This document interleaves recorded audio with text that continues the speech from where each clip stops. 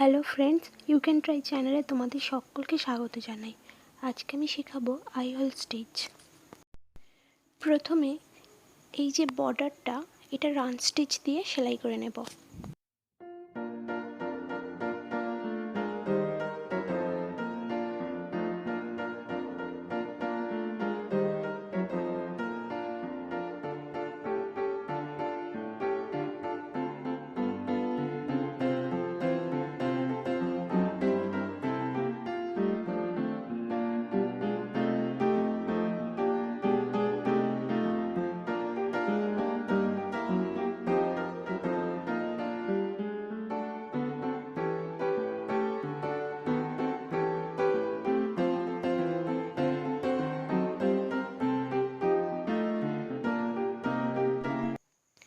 এরপর এরকম একটা ছুঁচালো স্টিক দিয়ে একটা হোল করে নেব।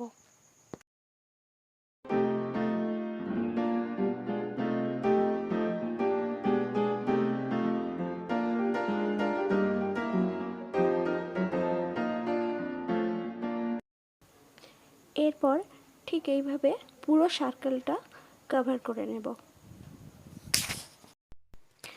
কোনো শাড়ি বা সালোয়ার যাই কিছু হোক, যদি ছিঁড়ে যায় তো সেই ছেঁড়া অংশটার মধ্যে এইভাবে আইলেট হোল স্টিচ দিয়ে সেলাই করে দিলে খুব সুন্দরভাবে রিকভার করে যায় এবং একটা ডিজাইনও হয়ে যায়, যেটা দেখতে খুবই সুন্দর লাগে।